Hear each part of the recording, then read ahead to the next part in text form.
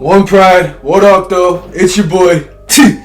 Back at it again with another episode of Talking with T. Let's get into it. Let's get after it, man. On this channel, we talk about Detroit sports and we chase down the best version of ourselves. If that interests you, do me a favor and hit that like button and hit that subscribe button. It really helps the channel grow and get in the algorithm, and I really appreciate you for taking the time out of your day to rock with me, T. So let's dive right into this Lions preview against the Miami Dolphins. Lions are coming in at 1-5 versus the Dolphins, who are at 4-3.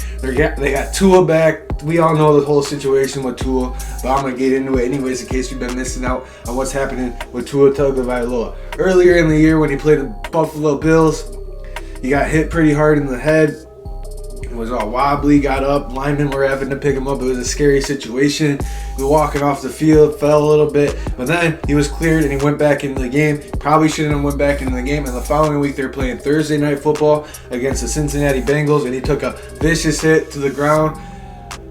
Not the way he was tackled, but the way his helmet hit the ground. He got up and he was knocked out and he couldn't move. It was a scary thing. We didn't think Tua was going to be okay, and I didn't think he was going to be ready to play for this game. I thought he was going to take like a month off because, man, brain injuries are serious. No one wants concussions. No one wants someone to be stupid for the rest of their life. CTE is all serious and stuff like that. That's why they didn't let Amon-Ra St. Brown back into the game last week. But we are getting our troops back, some of our troops back. We got DeAndre Swift, who should be a full goal. He's been a full goal in practice for most of the week. He should be playing this week, so that's a huge plus for the run game. And we're getting Amon-Ra St. Brown back healthy. He was coming off a concussion last game and an ankle sprain, so that's huge for our offense. But it's so hard to predict the Lions right now. You don't know what's going to happen. You don't know who's going to show up this week. Like last week, the defense showed up. The offense has been off, but we're returning back home, so who knows what that means for this offense. Maybe the offense likes to play at home. Lions seem to play a lot better at home than they do on the road under Dan Campbell. Dan Campbell does not have a road win. He has 4 home wins. So let's see what the Lions are going to come out with this week. I'm excited to have Swift back. I'm excited to have Amon-Ra St. Brown back. We'll see what goes on with the offense. But on defense, the defense played pretty well last week. They only gave up 24 points to the Cowboys. That's huge. 24 points, that's a lot. But for the Lions, that's a win. And they played well enough for the Lions to win that game last week. I made the video last week reviewing the game against the Cowboys, but the Lions played very well on defense last week. Jeff Okudah played really well. He had 15 solo tackles, or I don't know if they were solo tackles, but he had 15 total tackles last week against the Dallas Cowboys. He was tackling Zeke, he was tackling Tony Pollard, and he was a big reason why we kept their run game in check. Miami Dolphins got speed all over their team. They got like a 4x4 track team, man. 4x100. I didn't run track, but I know there was a 4x100 where you have 4 people running the 100-yard meter.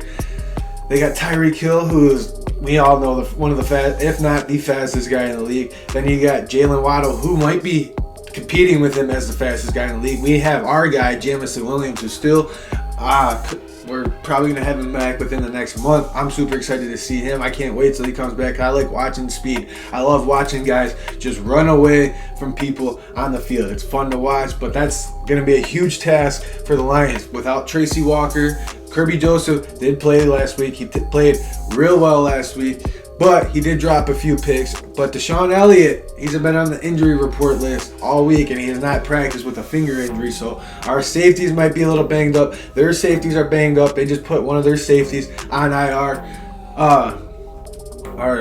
But other than that, we're relatively healthy. Jeff Okudah can't guard Waddle or Tyreek Hill, so expect Amani Oruwariye to be tested. Expect A.J. Parker to be tested in the slot a little bit. I'm glad A.J. Parker's playing a lot better than Mike Hughes was. But A.J. Parker should have made the team. I don't know. I hate saying they should have made the team. That person should have made the team because the regime, I can't complain with what Brad Holmes is doing. Brad Holmes is the right guy for the job. It's just the coaching staff that infuriates me with the mistakes they make in the game. So it's hard to say that the Lions are going to come out and win this week. I don't expect the Lions to win this week. The Dolphins got Tua back. They have the speed on the outside.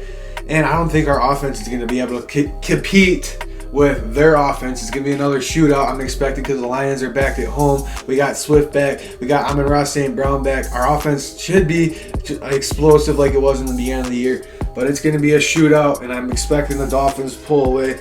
I'm like saying like a 35-21 game, 38-24 game, something like that, Dolphins. But go Lions. I'm rooting for them. I'm always going to be rooting for them. They are my team, no matter how frustrating it gets, no matter how much my patience wears out. This is my team. I can't root for anybody else. But it's your boy T, One Pride, signing out. Go Lions. Let's get this win on Sunday. Let's celebrate a victory Monday on Monday. It's your boy T, signing out.